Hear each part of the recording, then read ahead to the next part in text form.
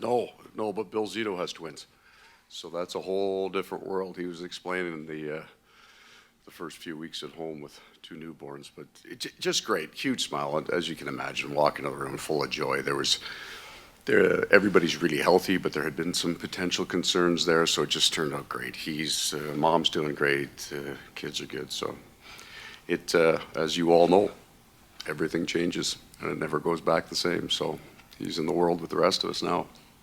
And then looking at the game, just what is the mindset heading in now? Now it becomes a best-of-3 series here, starting on the road. I think, in general, the first 4 games, the team that loses the last game somehow has a bit of an emotional advantage. But you get into 5, 6, and 7, and that the desperation, the finality, you can start to feel it. So 48 hours from now, a very good team is going to be facing elimination, and you can feel that the desperation will be high for both teams today. Right side, front row. Coach, all your years coaching back to Windsor, Carolina in 2002 in the finals, last year with these guys, is the tension, the pressure, the feeling at this moment any different for you? It's different every year because your journey to get there is different. It felt, I'll just follow this year, it felt like we knew we would do the work, the players would do the work, but there was a certain confidence that we were getting to the playoffs. And it's harder than you think to make the playoffs, but I think we felt that was going to happen. So there's a sense from this team as they've been preparing for the playoffs the whole season. So that when you get there, and there are now expectations that maybe, there weren't last year. We didn't know we were making it till the last week. So the expectation was different.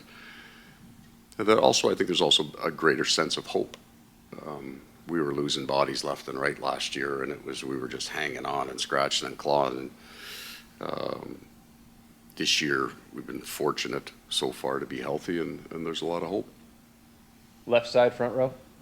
Paul, you've had a decent amount of quality chances against Shesterkin, and I'm curious as to how you would assess the way he has played, particularly in the clutch moments in this series, and where do you think the series may be if you were facing a lesser goaltender? Well, I just say I think he's been fantastic in this series. I think Sergei Bobrovsky has been as well. And when I leave, if you're interested, you can ask anybody who from Florida will tell you, I don't know anything about goaltending. And I openly admit that daily. I read body language out of our own guys. I try to manage certain things in minutes. Other than that, I don't know why you would play the position. I don't know. I don't know any weaknesses. When I look at a goalie, I don't say, hey, we should shoot here. The goaltending that we've faced in the playoffs so far has been absolutely fantastic. Right side, second row. Paul, first, any lineup changes? No, sir.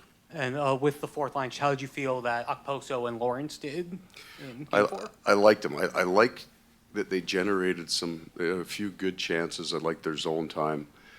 Very much liked having Steve Loren. I think Steve was 6-1 on the faceoffs last game, so that really helps Stenlund. They've got a very strong faceoff team. So I thought in the pieces of the game that we asked them to be good, I was happy with their game. Right side, second row. Paul, I know you've said that in terms of game day messages, you don't really talk to the team much. You get most of what you need to say the day before in the video room. Is there going to be any kind of message heading into this game, or are they just, they've been here, they've been the veteran group? Oh, we talk every day. The off days we usually reserve for 5-on-5. And that would be more of a theme where we're trying to fix something or improve on something or certainly reinforce something that we like. And then today, there's a theme every day. We do go off maybe a more general idea of this is how we have to play, but we're also very specific in this was what was good last game. These are the things we got to be aware of tonight and that we need to get better at. Front right, Mike. Paul, in Game 2, Kulikov had a PK clear that skipped on the ice and went into the Rangers bench like it was a rock on a lake. And I think you kind of subtly mentioned the ice the other day on ESPN hasn't been great here. How does it change if it's going to continue like that? And do you have to change your style at all and be more direct or not at all? I think it's more of a relative statement. Very impressed with the ice in Florida. I mean, you were there. It's 100 whatever degrees. It's hot. It's humid, and the ice in there is brilliant. There's no expectation of perfect ice in this building. It's part of what makes this building great. The New York Rangers have found a way to be a very dynamic offensive team. So you can play hockey on this. This is fine. The only specific thing I think you see, and I I'm not going to bring up another city, but there's another place out there where the ice gets bad at a certain period of time. You can almost count on in a period that by the 10-minute mark it's going to be rough, and the home team there does start going to the flipper more. But they don't make nearly as many direct passes once the ice gets bad and it gets into a foot race, which actually can be pretty dangerous and pretty exciting. We'll take 3 more questions, front left. I know we get kind of a kick out of the stuff that you may say, whether it's on the interviews or whatever here, but the players also seem to. And you know, we were talking about these high pressure situations and being able to keep a smile on your face. How much of that do you read them? How much of that is calculated where you kind of let them know, hey, you know, it's time to kind of like be a little lighter, I guess? Well, I guess I would answer the question as I try to feel the room over the course of a day. What do they need? I missed the boat, I think, early on this year. Last year we had a really funny team, I thought, or at least they thought I was funny, which I appreciated. The goutish beard would shake, you know. These guys are a little more serious, so I think I probably toned it down a little bit with them. What do they need is kind of the question in my head. What do they need from me? What's the tone of our day? So we have lots of days where it's not funny. If we don't like the way we've played, we deal with it and directly, respectfully, but those are direct days.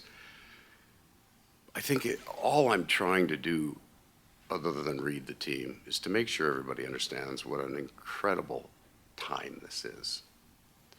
It's true, you get older, you start to understand how fleeting it is, and you also understand how hard it is to get there. And sometimes the enormity of the pressure, it keeps you from, it's not even enjoying it. It's just being in the moment, not worrying about the last mistake you made, not worried about the next shift on the ice. Just play the game, be present. But God, you got to make sure you take it in. There's no point in this. We start working the coaches, you know, late August, early September. You take a couple of days off at Christmas. You take 3 or 4 days off at the All-Star break, and after that, that's all you do is work. Why? So we get here. You got to be able to find some joy in this. And I want the players to feel that from me, too. 2 more questions, right side, third row. Just making sure Verhaeghe's okay. It looked like he took a Yeah. puck in the mouth or something like that. Or Tipped one off Bob's head and took it. Yeah, he just took a couple stitches. He's fine. And back right, Kristen, last question. Paul, just sort of on what you were talking about with the tone and you sensing the tone of the group, who are maybe the players that you've seen step up kind of setting that tone where the expectations were higher this year, there maybe is a bit more seriousness? Is there guys that you see really setting that tone for them? Yeah, the answer is yes, and I could talk about each one of them differently. But that is the value of Barkov, because your most talented player, and we have a lot of different, unusually talented guys. Matthews' hands around the net, Verhaeghe, Forsling's defensive stick. But Barkov, because he is the face, the driver, and the captain, does set a bar for work. Now look, your fourth line guys are going to come out and work as hard as they can because they have to make the team. But how hard he drives the team is the expectation of everybody else. And they are connected to him. So he's not an aloof captain. He's part of the group. So he sets that tone. So this goes back to me for training camp. He will not stop and he won't quit. How does anybody else? That's the value of that kind of captain.